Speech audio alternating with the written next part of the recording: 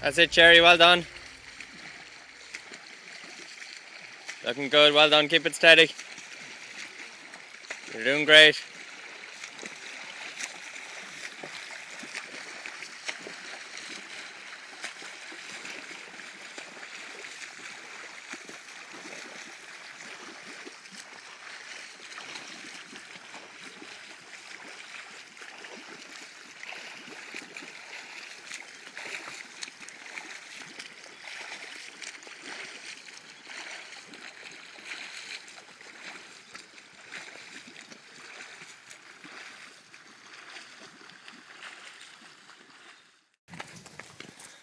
So I know the video quality is poor, the light is dark. I don't know if you can see my watch. It is 34 minutes past 9.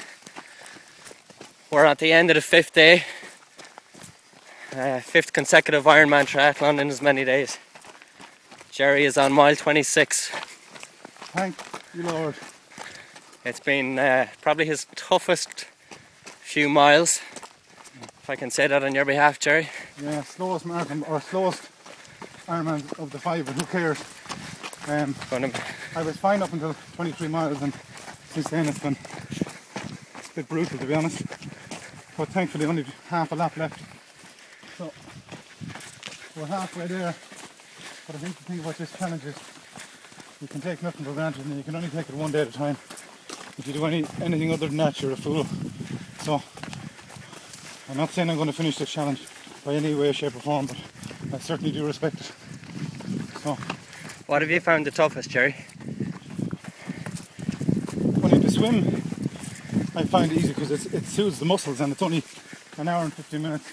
The bike is long. I think the shortest bike, with the exception of day one that I've done, is over 8 hours. Everything is over 8 hours on the bike. And then the marathon, like I'm running these marathons as fast as I possibly can, and the quickest one I've done is 5 hours and 6 minutes. It's hard to describe just what the body goes through, but you just literally got to put one leg in front of the other, and everybody's doing it. There's people out here just going through unbelievable pain, but they're not giving in. I'm one of the lucky ones. I'm going to finish now at about 10:15. There's people going to be out here till 3:30 tomorrow morning, and please God they'll be in the lake at 6.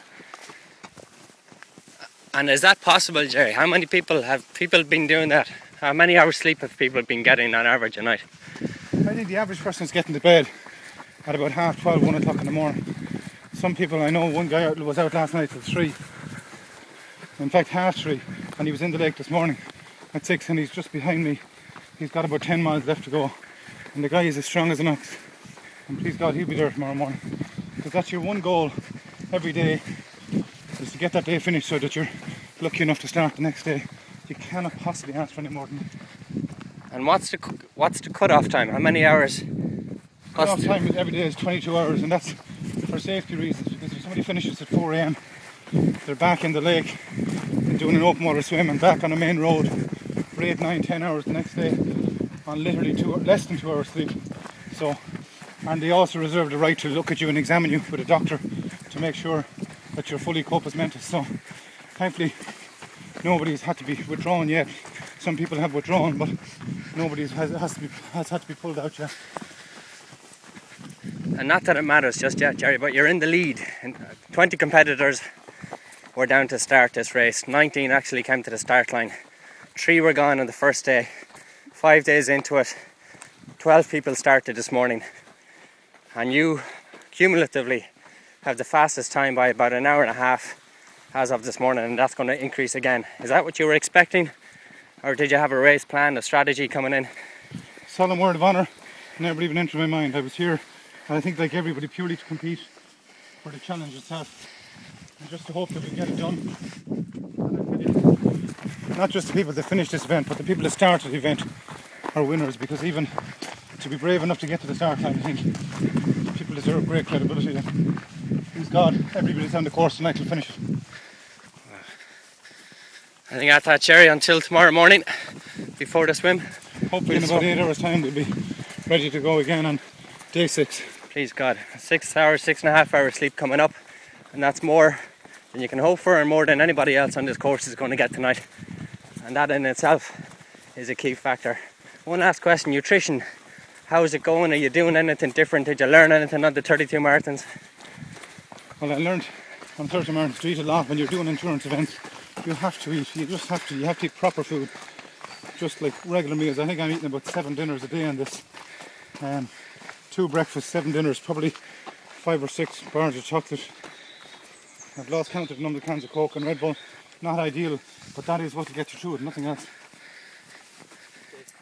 That's alright. Cheers, bud. Well done. And you're walking now, Gerry. Is it because you're sore or? No, I deliberately, I have about 400 metres to go.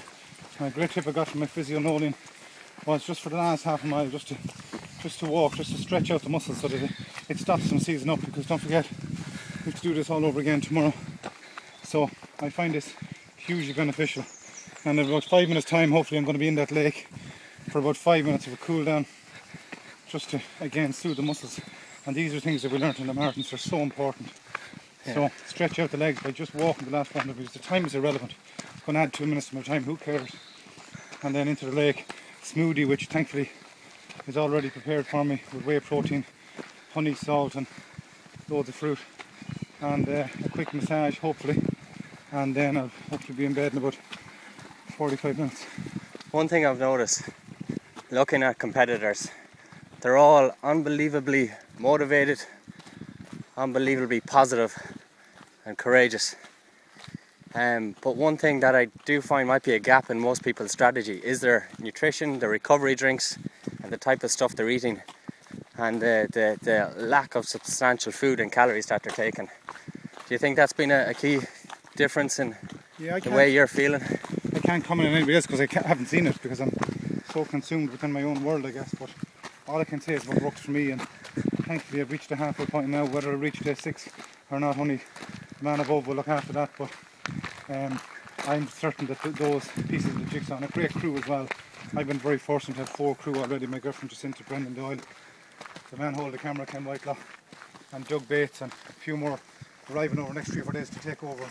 That is such an essential part, because a crew is worth probably 3 hours, and that's 3 hours of sleep that you're going to get tonight. So instead of getting 3 hours sleep, please God, I get 6 hours sleep, and you can't put a price on that.